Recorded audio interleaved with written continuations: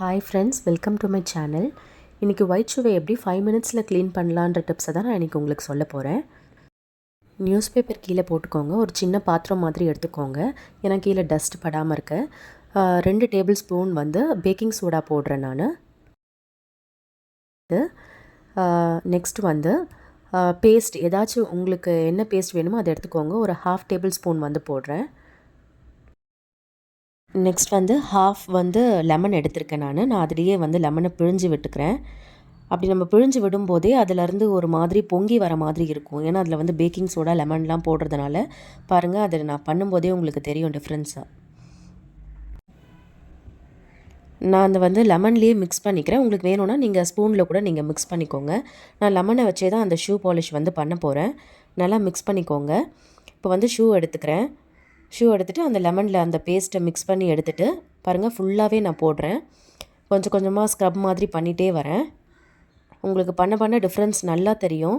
இந்த மாதிரி அந்த பேஸ்ட்டில் எடுத்து நீங்கள் இந்த மாதிரி பண்ணிகிட்டே வாங்க. இது ஒரு 5 மினிட்ஸ் வேலை தாங்க, ரொம்ப ஈஸி.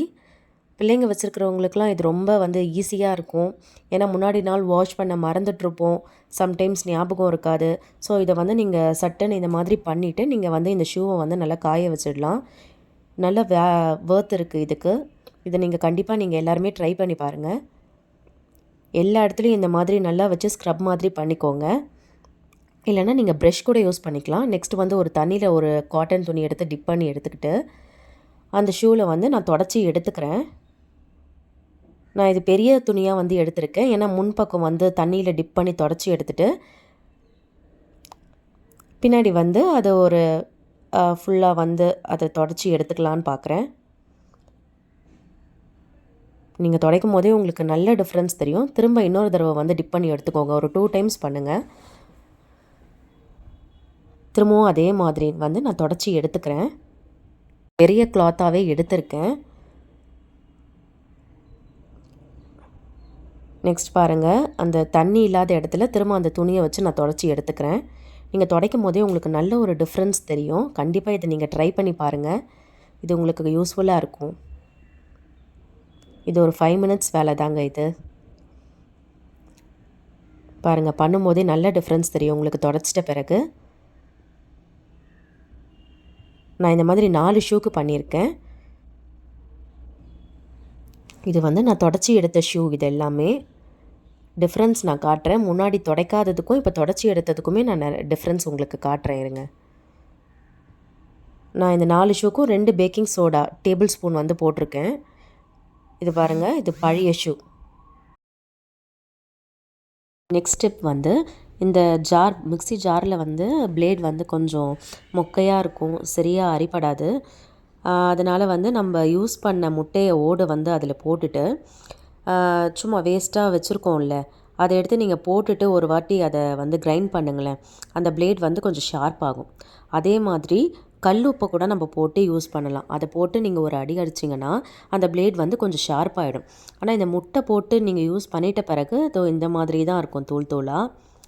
அது ஸ்மெல் வராமல் இருக்கிறதுக்கு நீங்கள் என்ன பண்ணுங்கள், விம் ஆர் ஏதாச்சும் ஒரு லிக்விட் ஊற்றி அதை நல்லா வாஷ் பண்ணிக்கோங்க. அதுக்கப்புறம் அதிலருந்து ஒரு ஸ்மெல் வராது.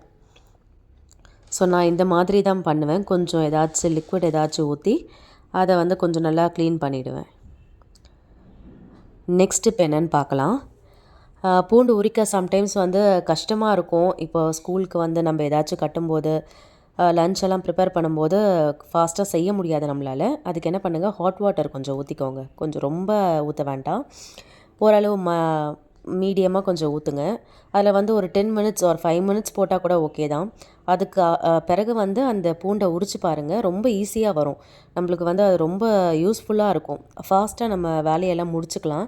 நீங்கள் இந்த மாதிரி ட்ரை பண்ணி பாருங்கள், உங்களுக்கும் இது கண்டிப்பாக யூஸ்ஃபுல்லாக இருக்கும். இந்த மாதிரி தான் நான் தண்ணியில் போட்டு ஃபாஸ்ட்டாக பூண்டை உரித்து எடுத்துருவேன். ஹாட் வாட்டரில் ஊறினதுனால அந்த தோல்லாம் ரொம்ப லேஸாகிடும். நம்ம உரிக்கும் போது அது ஃபாஸ்ட்டாக வந்துடும். ஸோ லேடிஸ்க்கு இது கண்டிப்பாக யூஸ்ஃபுல்லாக இருக்கும். வேலைக்கு போகிறவங்களுக்கும் கண்டிப்பாக கூட இது அவங்களுக்குலாம் ரொம்ப யூஸ்ஃபுல்லாக இருக்கும். நெக்ஸ்ட் இப்போ என்னென்னு பார்க்கலாம். நம்ம டீ ஸ்ட்ரெயினர் வச்சுருப்போம்ல, அது ரொம்ப கருகி போன மாதிரி ஆயிருக்கும். அதை நீங்கள் கேஸ் ஸ்டவ்வில் வச்சு பாருங்களேன். அது ஒரு மாதிரி பிடிக்கிற மாதிரி இருக்கும். ஆனால் அது ஒன்றும் ப்ராப்ளம்லாம் இல்லை. சிம்மில் வச்சு வைங்க. அது எல்லா இடத்துலையும் சுற்றி அப்படி வச்சிங்கன்னா அதில் இருக்க அந்த பிளாக் எல்லாமே கொஞ்சம் கொஞ்சமாக போகும். நீங்கள் இதை லைவாக பாருங்கள். அது எல்லாமே சைடில் இருக்கிறது எல்லாமே அங்கேருந்து போயிடும். ஸோ இது ஒரு நம்ம வந்து வேஸ்ட் ஆகிடுச்சுன்னு சொல்லிட்டு தூக்கிலாம் போட தேவையில்ல. இது பாருங்கள், அது பண்ண பிறகு இதுதான் ரிசல்ட்டு. ஆனால் இது பண்ணிட்ட பிறகு நீங்கள் என்ன பண்ணுங்கள், கொஞ்சம் வந்து அதில் பேக்கிங் சோடா போட்டு அதை நல்லா வாஷ் பண்ணிக்கோங்க. நல்லா வாஷ் பண்ணிங்கன்னா அது ஃபுல்லாக கிளியர் ஆகிடும் உங்களுக்கு. லைட்டாக சைடில் இருந்தது கூட அதுக்கப்புறம் இருக்காது. பேக்கிங் சோடா ஒரு ஸ்பூன் போட்டுட்டு அதை நல்லா நீங்கள் வாஷ் பண்ணி பாருங்கள். புதுசு மாதிரியே இருக்கும். நீங்கள் கண்டிப்பாக இதை ட்ரை பண்ணி பாருங்கள். ஃபர்ஸ்ட் நான் நார்மலாக வந்து சோப்பில் போட்டு வாஷ் பண்ணிட்ட பிறகு தான் அதுக்கப்புறம் இந்த பேக்கிங் சோடா போட்டு வாஷ் பண்ணேன். அந்த சைடில் இருந்த கரை எல்லாமே ஃபுல்லாகவே வந்துருச்சு எனக்கு.